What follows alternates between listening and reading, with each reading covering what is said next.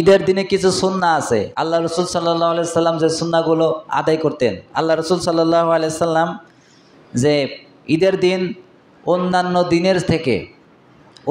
দিনের থেকে এই দিনে একটু আগে আগে উঠতেন, উঠে তিনি নামাজ আদায় করতেন এবং ফজরের নামাজটা জামাতের সাথে আদায় করতেন।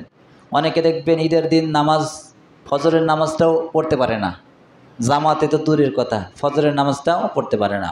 তো ফজরের নামাজটা আগে জরুরি, ঈদের নামাজ তো ওয়াজিব নামাজ, ফজরের নামাজ তো জরুরি। আল্লাহ রসুল সাল্লাল্লাহু আলাইহি সাল্লাম 2 নম্বরে ঈদের দিনে যে সুন্নাহটা আদায় করতেন সেটা হলো মিসওয়াক করতেন। আর এই মিসওয়াক হলো আল্লাহ রসুলের জীবনের শেষ একটা ওসিয়ত। বিশ্বনবী সাল্লাল্লাহু আলাইহি সাল্লাম যখন মৃত্যু অবস্থায়, তখন স্ত্রীকে বলেছিলেন যে আমার মিসওয়াকটা এনে দাও, আমি মিসওয়াক করব। এটি হলো তার শেষ ওসিয়ত।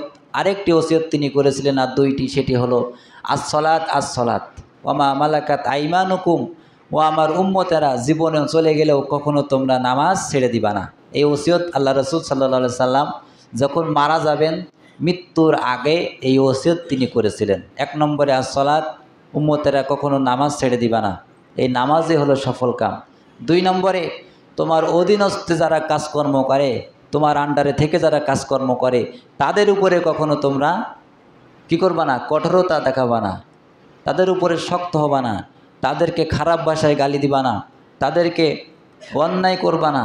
এই 2টা। আরেকটি হলো এই মিসওয়াক। আল্লাহ রসুল সাল্লাল্লাহু আলাইহি সাল্লাম এই মিসওয়াক করতেন, আমাদেরকেও মিসওয়াক করতে হবে, মিসওয়াক করার সুন্নাত।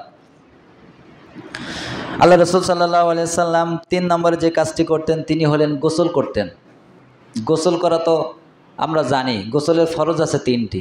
এই 3টি ফরজ আবার কেউ জানি না, আমরা জানি অনেকে। গোসলের ফরজ না করলে কিন্তু গোসল হয় না।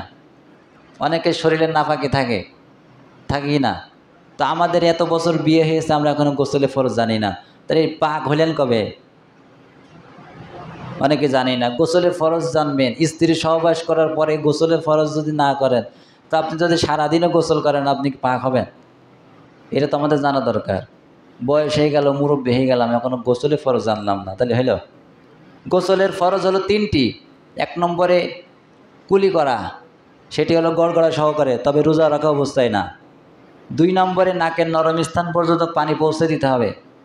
3 নম্বরে সারা শরীর ধৌত করতে হবে, মানে সারা শরীরে এমনভাবে গোসল করতে হবে যে কোনো শরীরে যেন আমার অংশ শুকনা না থাকে, সারা শরীরে পানি দিয়ে ধৌত করতে হবে। এই 3টি ফরজ আজ থেকে প্রত্যেকে আদায় করবেন। 1 নম্বরে কুলি করা 3 বার, 2 নম্বরে এই নাকে পানি দেওয়া, যেমন উজু অবস্থায় দিই। 3 নম্বরে এমনভাবে গোসল করবেন যাতে শরীরে কোনো অংশ শুকনা না থাকে। এই গোসলের ফরজ 3টা, মনে রাখবেন। আল্লাহ রসুল সাল্লাল্লাহু আলাইহি সাল্লাম 4 নম্বরে যা করতেন, শরীয়ত সম্মত সাজা গোজা করতেন। এখানে দিয়েছে শরীয়ত সম্মত, মানে যেমন সমর্থ তোমার আছে তেমন সমর্থের উপরে অটুট থেকে তোমাকে সাজগোজ করতে হবে। তোমার বেতন হলো 3000, তুমি যদি 4000 টাকাতে সাজুগুজু করো তাহলে তো মানাবে না, যতই নতুন কাপড় পরে হোক।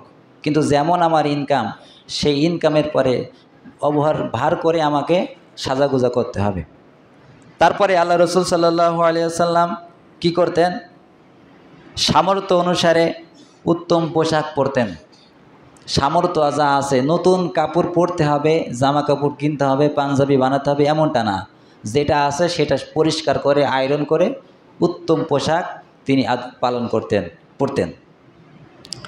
তারপরে আল্লাহ রসুল সাল্লাল্লাহু আলাইহি সাল্লাম কী করতেন? যে সুগন্ধি ব্যবহার করতেন, আতর ব্যবহার করতেন। এটি হলো আল্লাহ রসুলের সুন্নাত। আল্লাহ রসুলের সাল্লাল্লাহু আলাইহি সাল্লামের সুন্নাত ছিলেন মেসওয়াক করা, আতর ব্যবহার করা, সুগন্ধি, তারপরে বিয়ে করা আর নিকাহ। এই 3টি সুন্নাত তিনি কখনো ছাড়তেন না। নিকাহ মানে বিয়ে করা। অনেকের বয়স হয়ে যায়, বিয়ে হয় না মানে মা বাবা বিয়ে দিতে চায় না, এগুলো করবেন না। বয়স যদি হয়ে যায় তাদেরকে বিয়ে দিয়ে দিবেন। তারপরে আল্লাহ রসুল সাল্লাল্লাহু আলাইহি সাল্লাম ঈদের দিনে যে সুন্নতটি আদায় করতেন, ঈদুল ফিতরে ঈদগাহে যাওয়ার আগে তিনি মিষ্টি পান করতেন। যেটি আমরা ঈদুল ফিতরে ঈদগাহে যাওয়ার আগে মিষ্টি মুখ করি, আর ঈদুল আজহাতে ঈদগাহ থেকে কুরবানি করার পরে মিষ্টি মুখ করি। এটি হলো সুন্নাত।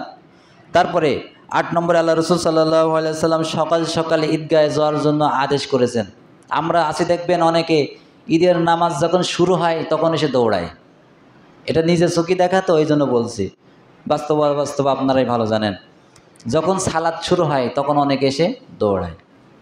আমরা তো আবার সচরাচর এটা জানি না যে যখন নামাজের জামাত শুরু হয় 1 রাকাত হয়ে যায়, যদি আপনি 2 রাকাত পান, আবার এখান থেকে কিরামভাবে নামাজ পড়তে হয় এটাও আমরা অনেকে জানি না।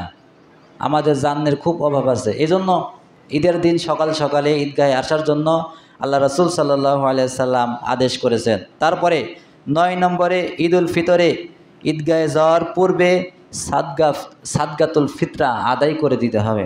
10 নম্বরে আল্লাহ রসুল সাল্লাল্লাহু আলাইহি সাল্লাম ঈদের নামাজ আদায় করার বিনা অপরগতায় মসজিদে আদায় করতেন। যেমন বিশ্বনবী সাল্লাল্লাহু আলাইহি সাল্লাম মসজিদে ঈদের নামাজ কখনো আদায় করে নাই, একবার আদায় করেছিলেন বৃষ্টির কারণে। তো বিনা অপারগতায় আমরা তো এখন মসজিদ করে দিয়েছি, ঘরে ঘরে ঘরে ঘরে মসজিদ করেছি, মসজিদে মসজিদে ঈদের নামাজ হয়। এটা কিন্তু হয় না। আসলে ঈদের নামাজ হতে হবে একটা বড় মাঠে, একসঙ্গে আদায় হতে হবে। এটা হলো সুন্নাহ। বললাম না, আল্লাহ রসুল সাল্লাল্লাহু আলাইহি সাল্লাম কখনো মসজিদে ঈদের নামাজ আদায় করে নাই, মসজিদে নববীতে ঈদের নামাজ আদায় করে নাই। এত সুন্দর মসজিদ, এত বরকতময় মসজিদ, তাও আদায় করে নাই। একবার আদায় করেছিলেন বৃষ্টির কারণে। যদি বৃষ্টি হয় তাহলে সেটা ভিন্ন কথা, যদি বৃষ্টি না হয় গ্রামবাসী সবাই মিলে একসঙ্গে ঈদগাহে ঈদের নামাজ আদায় করা, এটা হলো সুন্নাহ। তারপরে আল্লাহ রসুল সাল্লাল্লাহু আলাইহি সাল্লাম ঈদগাহে যেতেন এক রাস্তা দিয়ে এবং আসতেন আর এক রাস্তা দিয়ে। এবং সর্বশেষ 13 নম্বর সুন্নাহ হলো আল্লাহ রসুল সাল্লাল্লাহু আলাইহি সাল্লাম ঈদগাহে যাওয়ার সময় তাকবীর দিতেন। তাকবীর কি? আল্লাহু আকবার, আল্লাহু আকবার, লা ইলাহা ইল্লাল্লাহু, আল্লাহু আকবার, আল্লাহু আকবার, ওয়ালিল্লাহিল হামদ। আমরা সকলে এই সুন্নাহগুলো আদায় করার চেষ্টা করব ইনশাআল্লাহ। আল্লাহ তাআলা আমাদের তৌফিক দিন, বলি আমিন।